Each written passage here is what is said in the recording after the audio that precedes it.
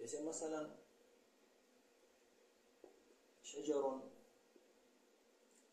یہ قلیل کثیر دونوں پر بولا جاتا ہے، لیکن اس میں جنس اور اس کے واحد کے درمیان فرق جو ہے وہ بالتا ہوتا ہے، یعنی تا کے ذریعے اس کے واحد کے آخر میں تا ہوتی ہے اور اس میں جنس کے آخر میں تا نہیں ہے، تو یہ اس کا واحد ہے اور یہ اس میں جنس ہے، تو اس میں جنس اور اس کے واحد کے درمیان فرق جو ہے وہ تا کے ذریعے ہوتا ہے۔ تو شجر اس کا واحد شجراتن، شجرن شجراتن، تو یہ شجرن اس میں جنس ہے، قلیل کثیر دونوں پر بولا جاتا ہے اور اس کا واحد جو ہے وہ شجراتن ہے، فرق بالتا ہوتا ہے۔ اور تیسرا جو ہے یہ تھا، یہ وحدت کے لیے ہے، پھر وحدت کی 3 اقسام ہیں، وحدت نوعی، وحدت جنسی، وحدت شخصی، انشاءاللہ اس پر کبھی گفتگو کر لیں گے۔ اس کے بعد ہے لفظ،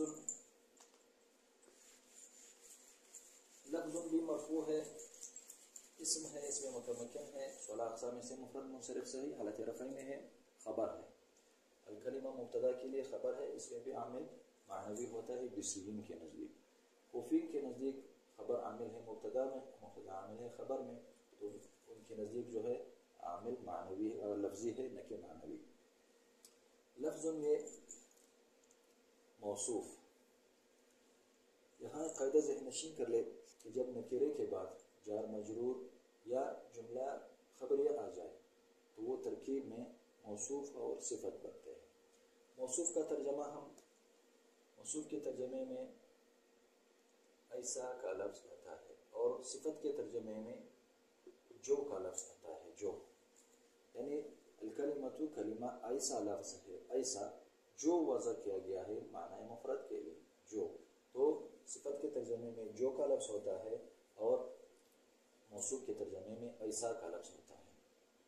نکرے کے بعد جب جملہ آ جائے، جملہ خبریہ، اس کے لیے مثال لفظ یہ ہے، لفظ وضع، اور دوسرا مثال ہے حروف تجر الاسم، تجر الاسم، حروف، اس کے بعد فعل آیا ہے، جملہ فعلیہ ہے، تو یہ موصوف ہے اور یہ صفت ہے۔ نکرے کے بعد جب ظرف مستقر یعنی ایسا جار مجرور جس کا متعلق محذوف ہو، اس کا مثال مثلا قرآن مجید کتاب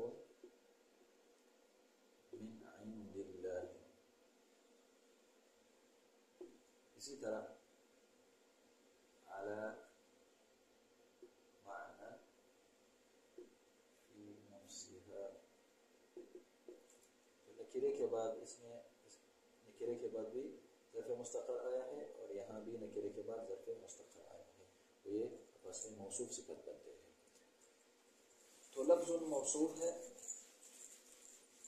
لفظ موصوف، وضع یہ فعل مجہول ہے، فعل ماضی فعل مجہول ہے اور مبنی ہے، اس کا اعراب جو ہے یہاں محلی ہوتا ہے، چونکہ مبنی کا اعراب محلی ہے، تو وضع فعل مجہول ہے، اس کے اندر ہو ضمیر نائب فاعل ہے، وہ ضمیر نائب فاعل ہے جو کہ راجع ہے لفظ کتاب، یہ ضمیر مرفوع متصل ہے، ترکیب میں یہ نائب فاعل بنتا ہے، تو یہ لفظ کی طرف راجع ہے۔ لام یہ حرف جر ہے، جار مجرور متعلق چاہتا ہے، اگر محذوف کے ساتھ ہو تو پھر اس کو ہم ظرف مستقر کہتے ہیں، اگر مذکور کے ساتھ ہو تو اس کو ہم ظرف لغو کہتے ہیں، تو چونکہ یہ وضع فعل مذکور کے ساتھ متعلق ہوتا ہے تو یہ ظرف لغو ہے۔ معنن یہ مجرور ہے، اس کا اعراب تقدیری ہے، اس کا اعراب تقدیری ہے، تو معنن مجرور ہے۔ معنن یہ یا مصدر میمی ہے، مصدر میمی وہ مصدر ہوتا ہے جو جس کی شروع میں میم ہو، مصدر اور مصدر میمی میں فرق یہ ہوتا ہے کہ مصدر سے اشتقاق ہوتا ہے اور مصدر میمی سے اشتقاق نہیں ہوتا، یہ فرق ہے مصدر اور مصدر میمی کا۔ تو یہ معنن یہ یا مصدر ہے اصل میں یا اس میں ظرف ہے، اصل میں معنی،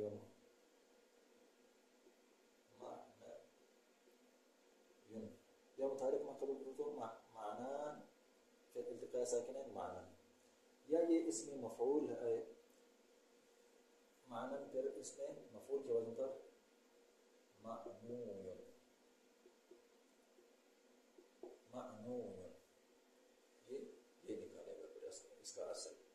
کے مفعول اس میں مفعول پر کے وزن پر ہو تو پھر اس کا وزن اصل ہم معنوی ہی نکالیں گے. معنوی واو ضمہ اور یا کے درمیان آیا ہے تو اس کو ہم نے یا سے تبدیل کر دیا معنویون.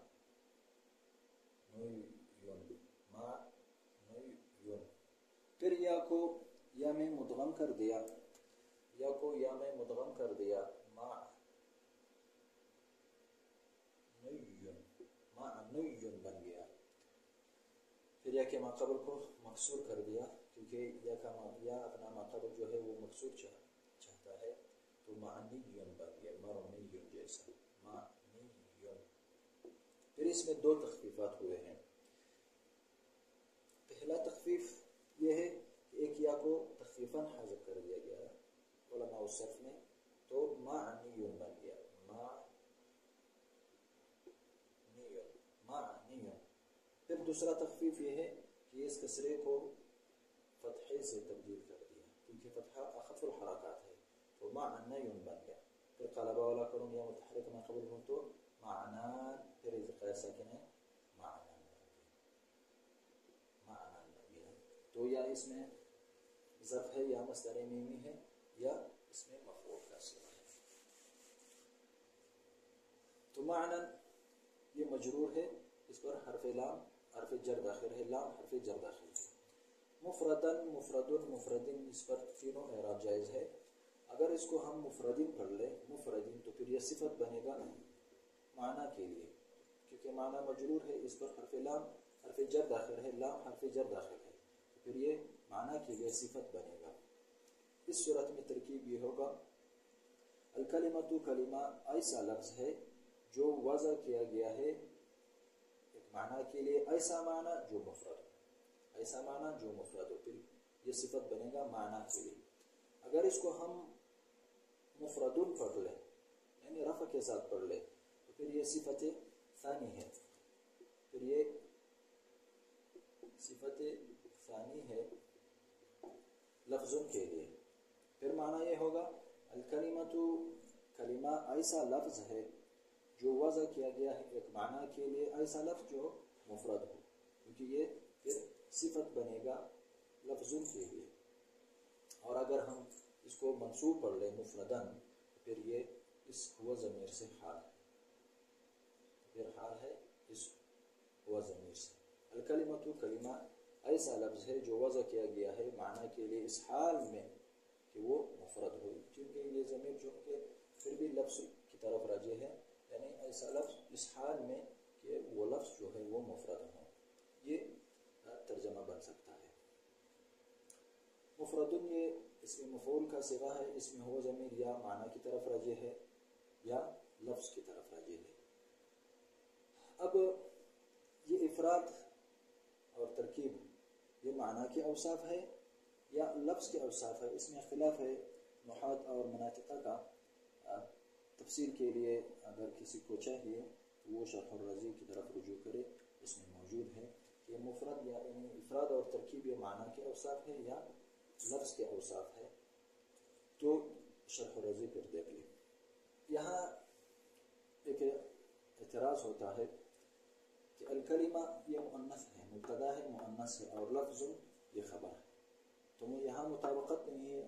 یعنی ابن حجر صاحب کو یہ چاہیے تھا کہ لفظ لانا چاہیے تھا ابن حجر صاحب کو، لیکن اس نے لفظ مذکر لایا ہے اور الکلمہ جو ہے یہ مؤنث ہے تو مبتدا اور خبر کے درمیان مطابقت نہیں ہے. شرح میں بہت سے تعویلات کی گئی ہے لیکن تحقیقی بات یہ ہے آج سمجھ لے کہ مبتدا اور خبر کے درمیان جو مطابقت ضروری ہے وہ کچھ شرائط کے ساتھ مشروط ہے. اگر ان میں ایک شرط بھی مفقود ہو تو پھر مطابقت ضروری نہیں ہے. ان شرائط میں سے ایک شرط یہ ہے کہ خبر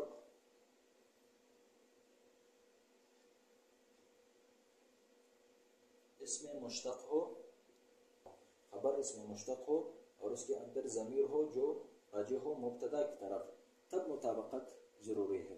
یہاں چونکہ یہ شرط مفقود ہے اس لیے میں نے اس شرط کو لیا الکلمۃ یہ مبتدا ہے، لیکن یہ لفظ جو ہے یہ خبر مشتق ہی نہیں ہے، تو جب اس میں مشتق نہیں ہے تو پھر مطابقت ضروری نہیں ہے. جیسے مثلا زید قائم، زید قائم، قائم یہ خبر ہے مشتق ہے، اس میں مشتق ہے، اس میں ضمیر ہے، زید کی طرف راجع ہے. اب اس دونوں کے درمیان مطابقت ضروری ہے. اگر یہ مثلا اس میں ظاہر کو رفع نہیں دے، اس میں ضمیر کو رفع نہیں دے رہا بلکہ اس میں ظاہر کو رفع دے رہا ہو، خبر مشتق ہو لیکن اس کو اس میں ظاہر کو رفع دے رہا ہو، تب بھی یہ مطابقت ضروری نہیں ہے. مثلا زید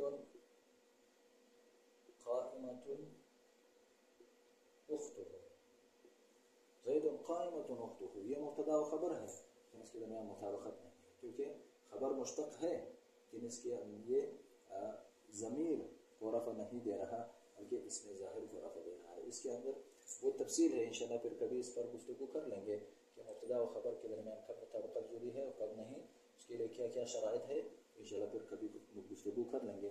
لیکن یہاں یہ بات سمجھ لیں کہ الکلمہ اور لفظ کے درمیان یعنی مبتدا و خبر کے درمیان کوئی مطابقت ضروری نہیں ہے کیونکہ لفظ جو ہے وہ اس میں مشتق نہیں ہے. چونکہ جب مشتق نہیں ہے تو مبتدا و خبر کے درمیان مطابقت نہیں ہے، وہ شرط مفقود ہو گئی، جب شرط مفقود ہو گئی تو اس کے درمیان مطابقت بھی ضروری نہیں ہے. ایک اور قاعدہ ذہن نشین کر لے، تمام کے تمام معرفات وہ مبتدا ہوتے ہیں اور اس کے تعریفات جو ہے وہ خبر بنتے ہیں. مثلا الکلمۃ معرف ہے اور اس کا جو تعریف ہے یہ خبر ہے، تو الکلمہ مبتدا، معرف مبتدا، تعریف خبر. اسی طرح الکلام ما تضمن کلمتین بالاسناد، الکلام مبتدا ما تضمن کلمتین بالاسناد، تو یہ خبر بنیں گے. تو تمام کے تمام معرفات وہ مبتدا بنیں گے اور اس کی تعریفات جو ہے اس کے لیے خبر بنیں گے.